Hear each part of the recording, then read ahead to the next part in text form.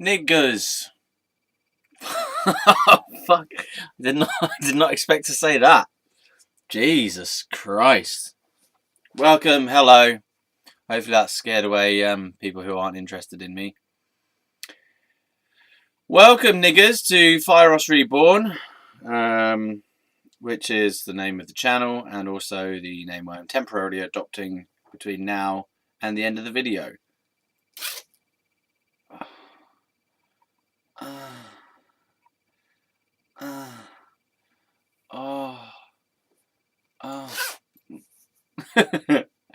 Hello, niggers. Crackhead niggers.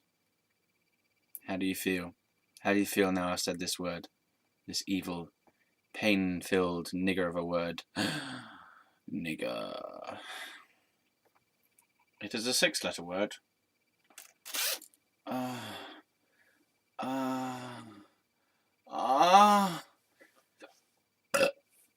Yeah. The superpowers. Yeah.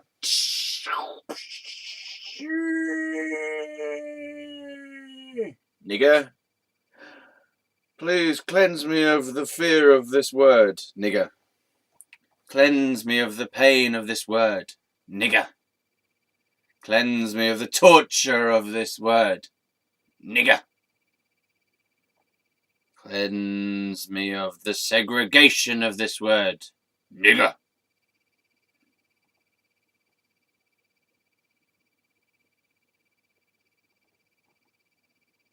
Maybe I have been cleansed.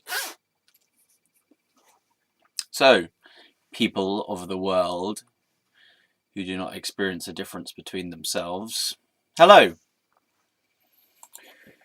Welcome, welcome. Settle yourself down. I'm sure that was difficult for many of you. People of the world. Alright, let's carry on with the story of my life. So I was in the back of a police van,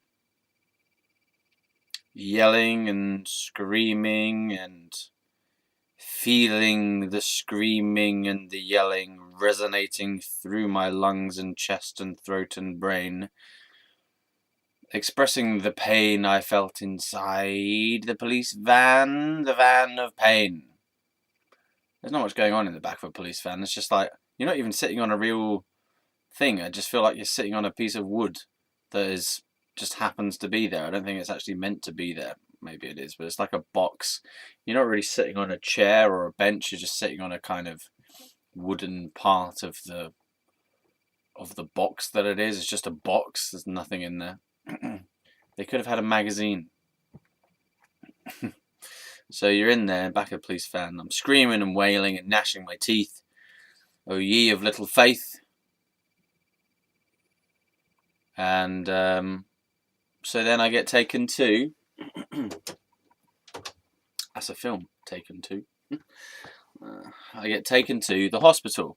But before I got taken to the hospital, I was taken to the police station. And I had to hand over some belongings at the front desk. They did a little pat me down type of search thing. Put my belongings into a little plastic bag that they held onto, and then they put me in this cell, but it was only me in there, and the door was never locked. It was open, but they had a police officer with me at all times. So it was just one particular guy who was with me the whole time I was there. Maybe there was a changeover, I'm not sure actually, but I only remember one guy. And he just watched me throughout the whole night. That was his entire job for that night, was just to watch me in this cell. Yeah. And there was this other girl in the background. I don't know where exactly she was. She seemed to be in another room, like a cell type of thing. And she was screaming and wailing all the time, let her out and stuff, and she wasn't supposed to be there and things like that. So that was a bit distressing.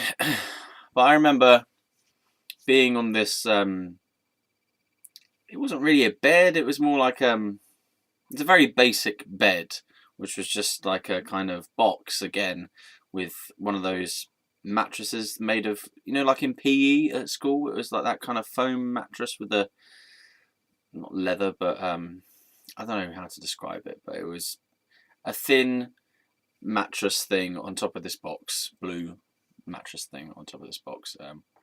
Maybe I had a cover of some kind, like a sheet thing, but it wasn't particularly comfortable.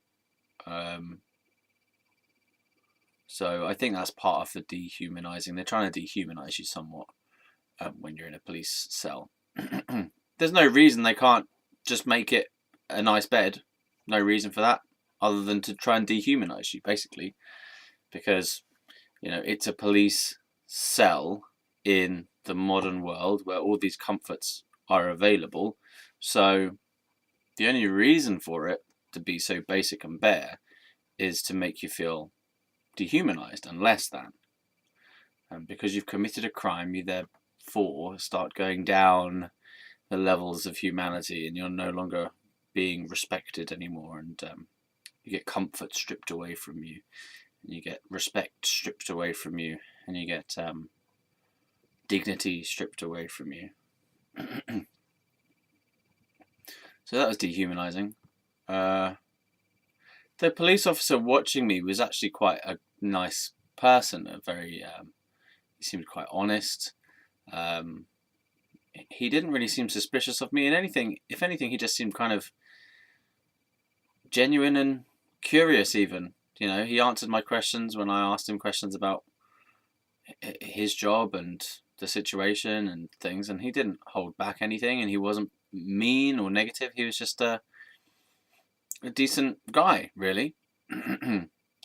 I had no intention of escaping that place. I knew I was there. I knew there was very little point in trying to resist the situation, so I just went with it. I might have been handcuffed. I think I was handcuffed in there. I can't remember exactly whether they left the handcuffs on or off, but I had handcuffs on for a while, and then maybe they were taken off while I was in the cell and put back on afterwards. I'm not sure. But yeah, I was in handcuffs when I was in the back of the police van, of course, because I'd been arrested at home here after having slapped my dad. My parents called the police. They arrived. They brutally assaulted me in order to arrest me, and then put me in the back of the police van. Took me to the police station, right? So just covering that same ground again.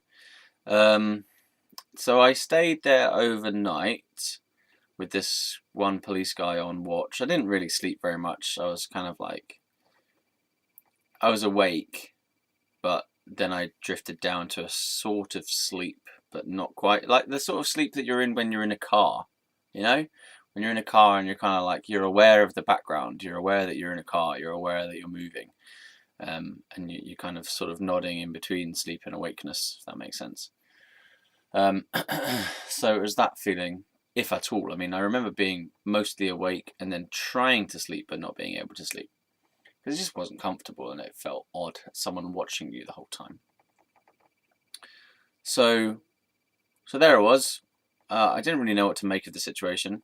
Like, I think I'd kind of surrendered, and I was like, all right, well, I'm just gonna be nice and talk to this person and ask him questions and stuff, and just be myself, really, because there's nothing else to do.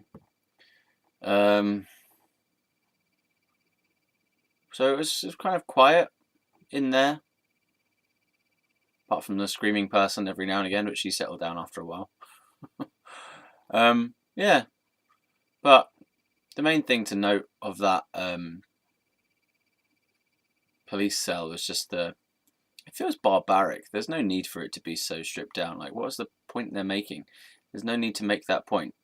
The purpose of being in a cell is to protect the public from you, and to protect you from yourself. But there's no need to make things so dehumanizing, I don't think. Or maybe there is, because people who are more dangerous might be using items to to attack people or generate an escape for themselves. I don't know. So maybe there is a reason for the dehumanization element that is beyond it, but I don't know. Maybe they could have just paintings. A mural on the wall would make it less dehumanized, you know? There's some graffiti in there. Like put this thing on the walls of police cells. Yeah. It wasn't a jail, it was a police station cell. So there's a difference between being in prison and being in a jail cell overnight. Right. So that was that. Yeah, I mean, really, I don't have much of a complaint about that. I do have a complaint about the next part, which was when I was in this... so I was taken to have a psychological, medical type of questioning examination by a police doctor / psychologist. I'm not exactly sure what his precise role was, but he was in a doctor type of capacity. I was in a doctor type of room. He sat at a desk, maybe with a computer as well, and wrote things down and typed things, I think. And he asked me lots of questions, but I just had this intensely creepy vibe coming from him. He was so creepy. I just felt this horrible, creepy, sexual creepiness coming from him. Like, he like, as a person, I think he was very sexually creepy. I just had this horrible feeling emanating from him, you know. I just felt like, oh God, I don't want to be around this person. I don't want to talk to them, you know. This person is almost making me sick with their energy. He was a big fat guy, and just something very deeply unlikable about him. Like, in contrast to the previous policeman, who was very open, honest, genuine. You know, he was. I just had a kind of kind feeling from him, strong but kind. You know what I mean? Firm but fair, that type of thing. But this guy, this doctor guy, I just felt he was very odd, very strange. You know, some of the questions he asked me just felt very off. I don't know. I just felt creeped out the whole time I was there, and it was actually a pleasant, not surprise, but a pleasant change when my doctors from the psychological community mental health team, when they came along, the psychiatric team, when they came along, the people who I knew already, like one of them was called Dr. D'Souza, but there are some other nurse doctors, or I don't know, some other people who I recognised basically from the team who came to assess me for a sectioning, right? So I'd been... somehow they'd found out that I'd been sectioned before or something, or there was a history of mental health stuff going on in my family, in my life. So they were kind of just holding me in the prison until the morning when the doctors from the community mental health team could come out and assess me for a sectioning, which they did, and I passed the sectioning test, meaning I was sectioned. This time I was sectioned on a section 3 of the Mental Health Act. And I'm just going to get up the definition of this again, because I forget it, and it seems to change in my mind. You know, I remember it one way and then I remember it another way. So maybe it is changing in the law occasionally, every now and again. I'm sure it is. So let's go section 3, Mental Health Act. Oops, Mental Health Act. Section 3 of the Mental Health Act is commonly known as treatment order. It allows for the detention of the service user, that would be me in this case. It allows for the detention, to be detained, as in kept in a place against your will, is what it means there. It allows for the detention of the service user for treatment in the hospital based on certain criteria and conditions being met.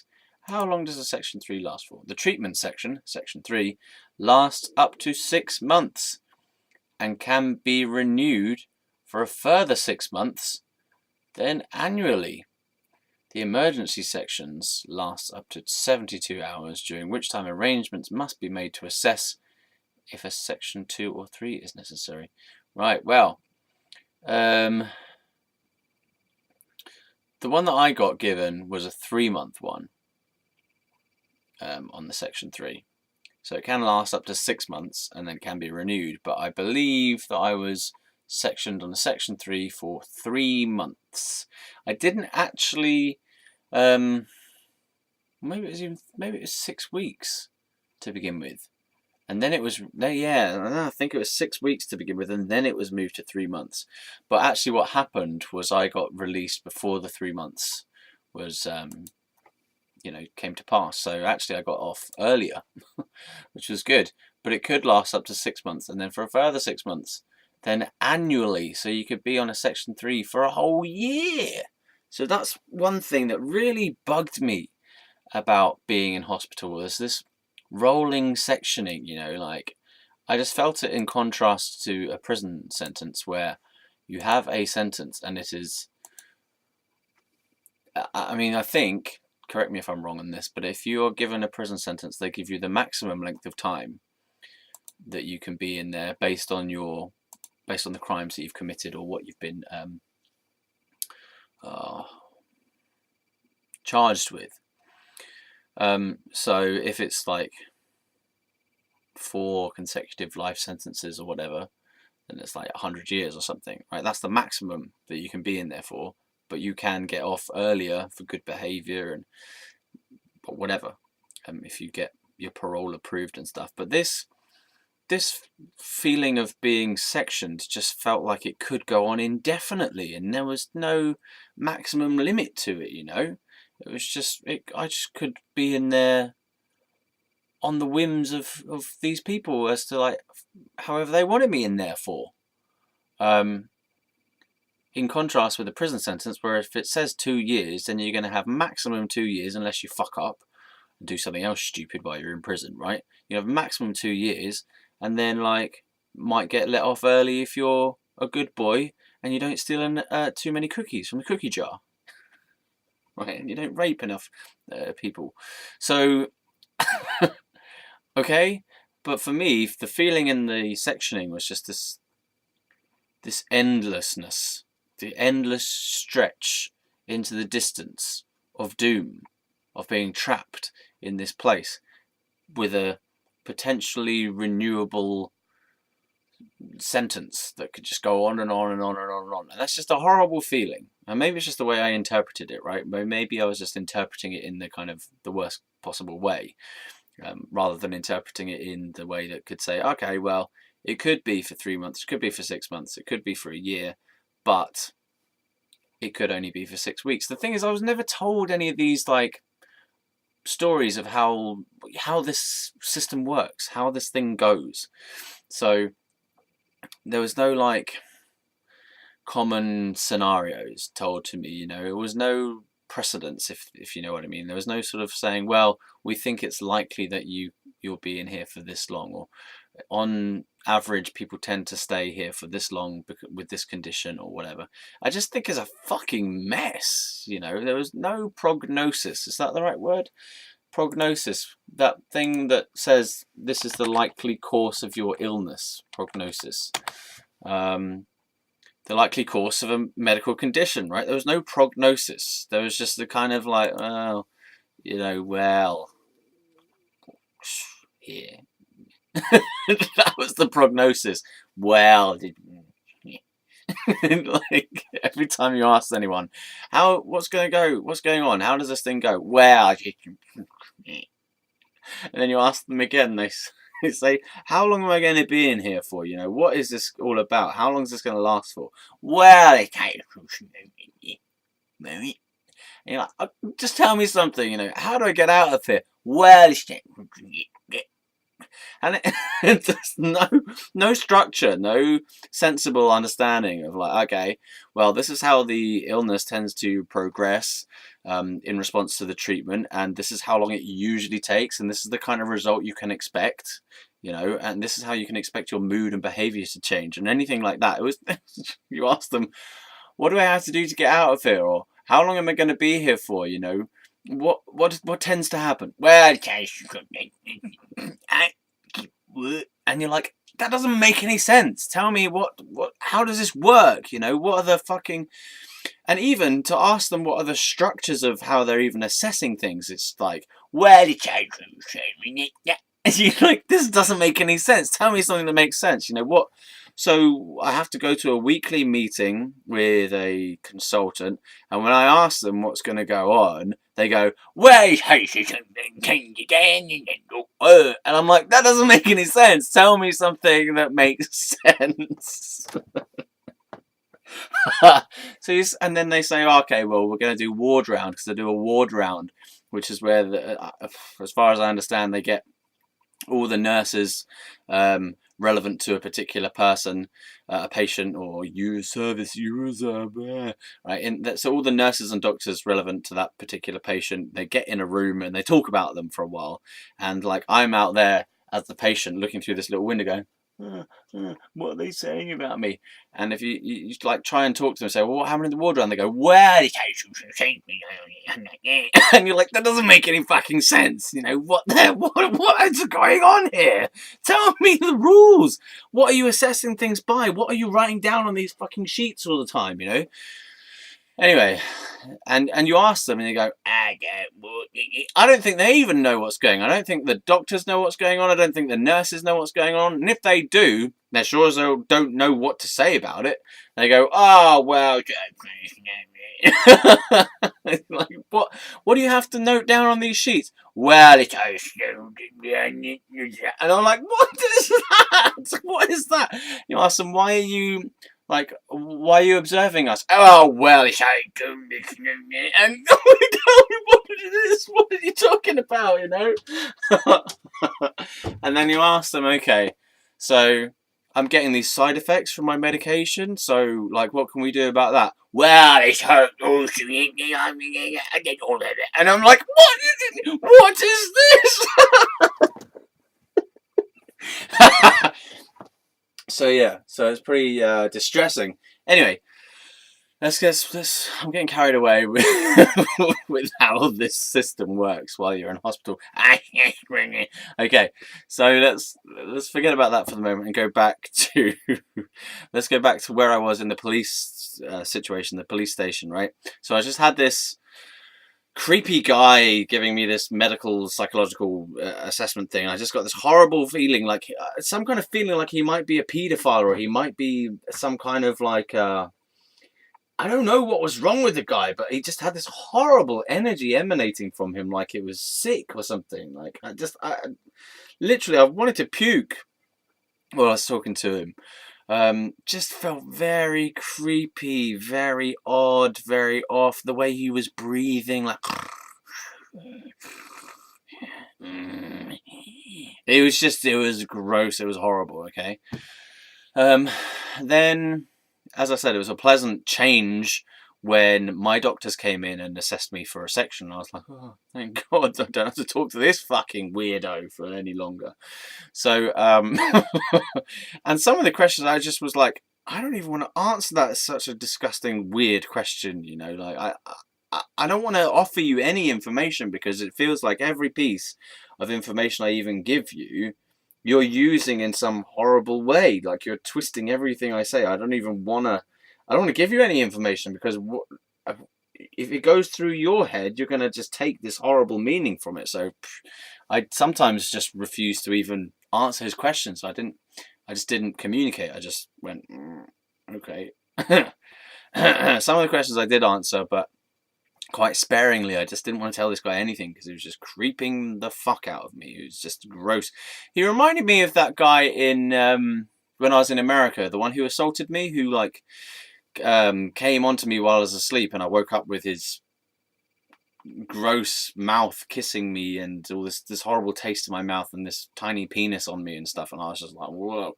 It felt like that same kind of creepy sexual energy, you know, very invasive and very messed up, and just this dark, twisted sexual objectifying thing. I don't know how to describe it, honestly. It's very, very dark and very, very creepy feeling, and it might just be that's the situation that he is in.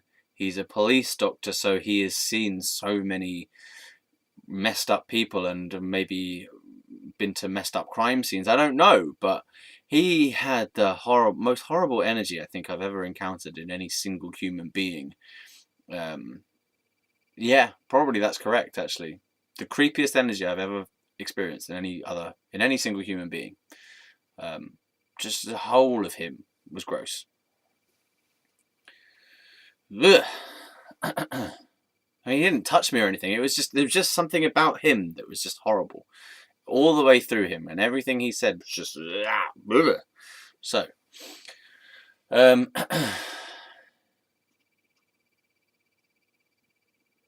okay.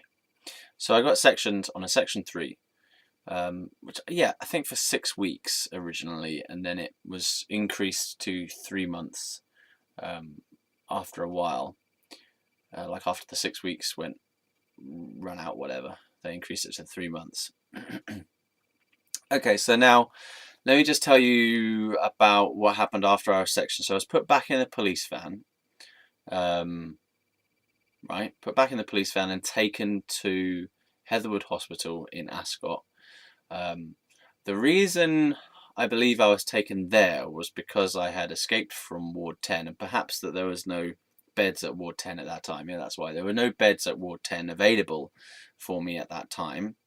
The one I'd escaped from had obviously been filled by that point. So I was taken to Ward 12 in a different hospital, Heatherwood Hospital in Ascot. I don't think there is a psychiatric ward there anymore. There might still be, but it was there at the time that I was sectioned. So I was taken to Ward 12 in Heatherwood Hospital in Ascot because there was no beds for me in Ward 10. But I believe that there was the premise that if the beds became available in Ward 10, that I would be moved back to Ward 10 because it was nearer to my house. And they just wanted to try and keep things local. And I don't think I was supposed to really be in Heatherwood Hospital because it was I think it's a different jurisdiction. I think Ascot is different from Slough. I mean, Ascot, where is Ascot? Ascot is it in Buckinghamshire? Or is it in Berkshire? Is Ascot in Berkshire? ? Ascot, Berkshire. Oh, it is, but it's in some kind of like, it's not covered by the same hospital jurisdiction. I think it's covered by Windsor and Maidenhead or something rather than Slough Borough Council. I don't know how the hospital system works. The NHS trust, isn't it? Trusts. What's a trust? How does that work? Who cares? I don't know. Right, so anyway, so I was in that hospital and I remember quite clearly arriving there. It's very early in the morning because it was like as early as possible. It was like the first shift for the doctors to be doing to assess me for the psychosis, for the sectioning, right? So where have I got to? Yeah, so because I'd stayed in the jail cell overnight, and then I was the first person that they assessed in the morning with this creepy doctor guy, and then I was the first person that the mental health team was assessing in the morning. So when I got into the police van, it was still quite early, maybe like 8, 9 o'clock. I remember that people had come in early, especially to do this, to get me out of the jail cell and to get me into hospital.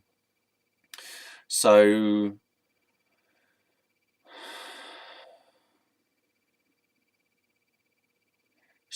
it was early in the morning, like 9 o'clock or something by the time I got to hospital. In the back of the police van, I remember them opening the doors. I believe I was still handcuffed.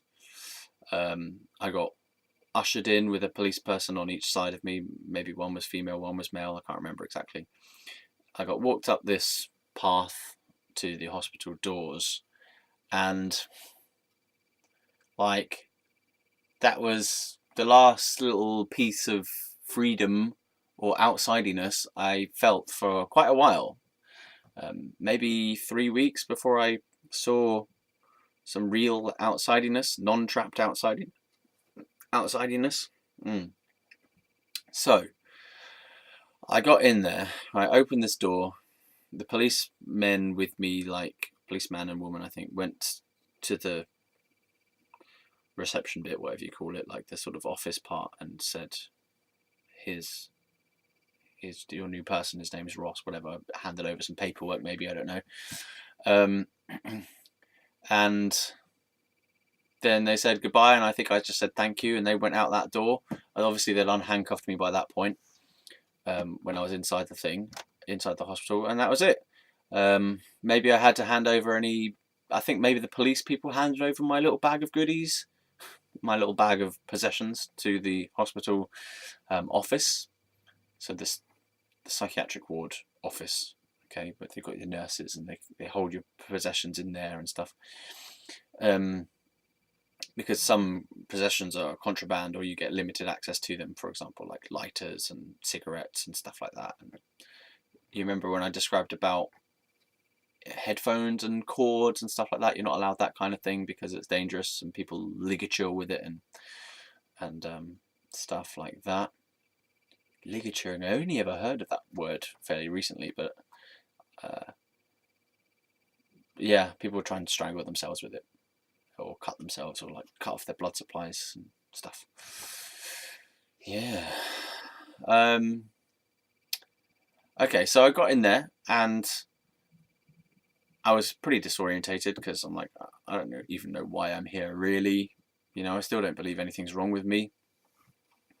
I still believe it's the system that has fucked everything up, that my parents have fucked everything up, and everyone else is somewhat insane, and I've just been the one who people have pointed the most fingers at, really, rather than them pointing a little finger at themselves as well as me. You know, fine pointing the finger at me, but pointing your own finger at your own self first. Ugh. Anyway, so I was in there. This guy called Daniel, he was a nurse working in the hospital, introduced me to the place. He kind of said, hi, you know, here we are, you're on ward 12. And he showed me about various different things, like this is the dining room. We've got a piano, pool table, table tennis table. There's puzzles and stuff over there. That's where the food comes. Food is at, I don't know what it was, like 8, served between 7 and 9 or something, or 8 and 9, and then medication time is at 7:30 in the morning, and lunch is at 12, between 12 and 1 or something, and then dinner is at like 5 till 6. And then along here's the physical exercise room. Here's the like patient lounge area. Here's the TV room. It's great, isn't it? He kind of had this tone of, hey, look, it's great. You're in this nice hospital. Hooray. And I was thinking, this is horrible. And I'm stuck in a fucking hospital. And I just felt such a contrast between his attitude of like, here you are. This is going to be a good place for you. And I'm like going, this is the worst place I could possibly be right now because it's full of mad people and I'm not allowed out of here. Yeah, so there I was, and I got shown to my room. I had a single room, which was nice. Many people didn't have single rooms, and I only realised that later on, that people were in like dormitory style rooms, and I hadn't realised that actually until a bit later. I thought everyone naturally had single rooms, and I don't know why some people had single rooms and others had dormitory rooms. Maybe it was for the length of stay, I don't know, or maybe age. I don't exactly know how they decided that, because it seems as though the older people had dormitory rooms and the younger people had single rooms, I think. I don't know. And there was a separation between men and women as well. So you had the male part, which I was on, and then you had the female part, which we weren't allowed on. And it's so weird that I didn't even bother trying to infiltrate that area. Like normally I would have. I loved infiltrating areas you're not supposed to go to. You know, I loved snooping around places that were out of access or whatever, just because I like to see what was going in there. What's so secret? Why am I not allowed in there? I'm a person too. What is this? All these rules? What are these rules for? They shouldn't be there. So I think I just looked down the corridor, but I never even saw what the women's area was like, really. I think I just saw a little bit of it down the corridor. So there was this whole undiscovered world in there. Yeah. Okay. Oh, what's the time on this video? This feels like this is big now. I think I might sort of cut this video into lots of different chunks because I feel like there's a lot going on in this video, if that makes sense. As in this hospital where I am, as in my memory of the hospital. There's a lot of stuff in there to say, and I don't really know what to say next, honestly. There's just so many different things to point out. So we're going to leave it there then, of me being in this hospital. I've been introduced to all the different parts of it. There are parts I didn't actually know were there. I knew the women's part was there, but I kept finding like new toilets, and like there was this shower room that seemed to disappear and then reappear at will. Like one day it was there, and the next day you go to find it and it's disappeared. And I'm like, where? I swear there's a shower room here somewhere. And then there were like these random TV rooms that I didn't even know was there. There was one random TV room that had a DVD player in it as well. And I actually watched a DVD in there of Patch Adams, and then I took a picture off the wall. Anyway, I'll talk about that another time. But yeah, there's like the secret TV room that I found after a while, and the bathrooms again just kept appearing and disappearing. What else was there? There's a piano, there's a pool table, there was an exit door, emergency exit door, which I'll tell you more about. There were tables in the dining room. There was a medication kind of dispensary room. Yeah. That occasionally disappeared as well. There was a PE room, which I didn't like. That could disappear all it liked and I wouldn't care. Fuck that. And there was another exit door, which I never bothered with that one, but there was one particular door that I did bash open and escape from, but we'll talk about that on another occasion in depth. I think I had 2 different rooms. I remember being moved from one room to a second room. Maybe that's partly why there was some sense of disorientation, because like I was moved from one place to another, and so I learned the layout a little bit in the first room, and then the layout felt like it changed because I was off a bit further away and around some corner or something. And like in the second room, oh yeah, there was the I forget what it's called, segregation room or isolation room or something, or sodomy room. I don't know what it was called. What's that room? I swear there's a word for it. So psychiatric hospitals, segregation, isolation room, long-term segregation, solitary confinement. It's similar to solitary confinement, but not as bad. Isolation room, padded cell. Yeah, it's a bit. Seclusion room sounds like it. Personal safety room. God, it sounds horrible, doesn't it? And that was a nasty room. You didn't want to be in that room. Fucking hell. Rubber room, seclusion room. Let's call it. God, UK seclusion room. This is recognised by the Mental Health Act. Through seclusion rooms. I mean, oh God, let's just read this. So this is from around 2015. Inadequate seclusion facilities can make the experience worse. Secluding a patient can be a traumatic experience and may lead to harm for the patient involved. So this is some study that was done about seclusion rooms. So they did some examining of seclusion rooms and seclusion policies. Man, yeah, I don't know. So basically, I'll describe to you what I experienced. I didn't actually go into it, but I saw it. I saw the door open, and I saw someone go in there, and I saw what the room was like. And I feel like I saw someone being sedated in there. So I'll just describe the room. I'll describe events in more detail later. I'm just trying to give a sense of the place, I suppose. So it's along one of the corridors. It was on the right-hand side. I remember that much. So like, you have this kind of heart of the ward, which had the dining room and the little patient lounge and the TV room, and then the smoking room, smoking garden thing. This is kind of like the bulk of the, or no, the heart of it. Let's call the heart of it, or the center of it, right? Not center in terms of physicalness, but where everything was centered around. So all the primary activities. You also had like a art therapy room, and then you had like a home economics type of room, a catering, cooking, kitchen type of learning kitchen work. I don't know the words. Yeah, like a cooking room, learn how to cook type of room. That was there.